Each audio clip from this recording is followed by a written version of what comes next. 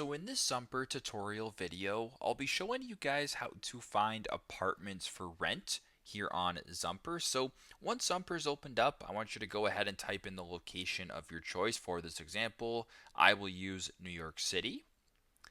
Once the location is selected, I'll just use the map view right here so you guys can see a visual. If you want to find apartments for rent, I want you to go to where it says type right here and make sure that apartments is selected and then press on view results.